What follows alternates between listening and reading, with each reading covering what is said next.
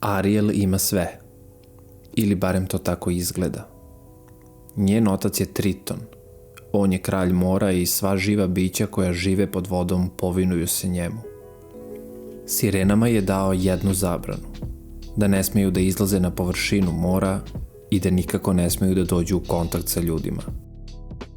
Međutim, ta zabrana stvara čitav problem ovog crtanog filma. Kada je nešto zabranjeno, mi to najviše želimo. Kada postoji prepreka nastala kao posljedica zabrane ili nekog zakona, mi podsvesno želimo da je prekršimo. Ariel je već po prirodi radoznala i zbog zabrane svog oca ona ne može da istražuje ono što je najviše zanima. Ona rizikuje svoj život samo da bi sakupila par novih stvari sa površine. Toliko je zanima život van vode. Toliko je zanima šta se nalazi sa druge strane. Ona sakuplja sve ljudske stvari, viljuške, kašike, slike, nakit. Nju zanima šta ljudi rade, kako plešu, kako se slažu. Ariel je nesrećna jer ne može da sazna više o ljudskom svetu. Kada ljudima oduzmemo mogućnost da uče onome o čemu žele, mi stvaramo tugu u njima. Kada im ograničimo kretanje, pa ma koliko je to ograničenje iz najboljih namera, ono predstavlja zatvor. Ariel nije zadovoljna. Ona to čak kaže i u pesmi. Ariel bi želela da živi među ljudima, da hoda ulicom, da leži na toplom pesku. Priča o maloj sireni je priča o nezadovoljstvu jedne devojke, o njenoj tuzi zato što ne može da radi ono što želi, zato što ne može da bude tamo gde želi. Ariel ne smatra da je more loše, ali ona želi više. Ona mašta o svetu gde ljudi hodaju na dve noge, kao što dete mašta o tome kako bi bilo sjajno da živi na mesecu. Priča o maloj sireni nije priča o tome kako svaka devojka treba da se zaljubi da bi bila srećna. Pouka male sirene je da ćemo biti nesrećni ako živimo u sredini u kojoj ne želimo da živimo. Ljubav je u ovom slučaju samo dodatni sastojak sreće, a ne glavni uslov sreće. A znate li šta se dešava kada živimo u sredini u kojoj ne želimo da živimo? Mi postajemo depresivni. Maloj sireni je bio potreban neki okidač, neko dešavanje zbog kog će se odlučiti da ode iz mora, da napusti dom, da ode kod Ursule i da zatraži da dobije noge. Dva dešavanja su uticala na to da Ariel odluči da napusti more. Prvi je ljubav. Ljubav se jednostavno desi. Ne možemo da biramo da li želimo da se zaljubimo u čoveka ili u sirenu. Ona se jednostavno usadi u naše srce i ne može da nas napusti. Lik osobe u koju smo zaljubljeni je ušao u naše oči i sada smo slepi za sve druge ljude. Ljubav je zaista slepa. Slepa je zato što nekada ne vidi prepreke zbog kojih ne može da bude uspešna. Sirena i čovek ne mogu da budu u vezi. Ali zašto se zaljubila u Erika?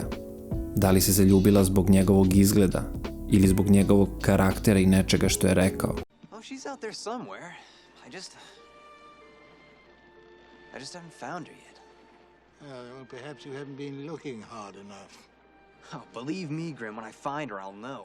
Without a doubt, it'll just bam, hit me. Like lightning. Na osnovu crtanog filma mi možemo da zaključimo da je Erik dobar lik, da ne želi da povredi Ariel. Kada je video devojku koja ne može da govori, on je bio jako pristojan sa njom. Razumeo ju je. Drugi razlog zbog kog je Ariel odlučila da napusti more je razočaranost u njenog oca. Ona se navikla da je otac ne razume i da viče na nju kada ide na površinu. Ali kap koja je prelila čašu je bio trenutak kada je u besu uništio sve ono što je ona godinama skupljala.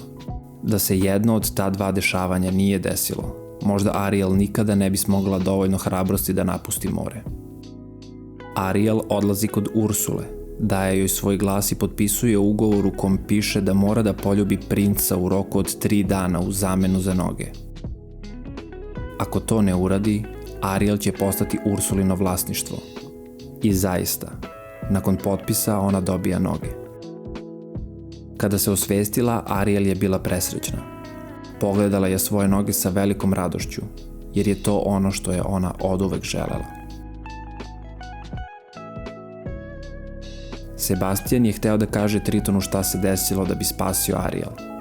ali kada ga je ona podigla, Sebastijanu je bilo žao da kaže Tritonu šta se desilo, jer ako to uradi, Ariel će se vratiti među sirenama, ali nikada neće biti srećna. Don't you shake your head at me, young lady. Maybe there's still time. If we could get that witch to give you back your voice, you could go home with all the normal fish and just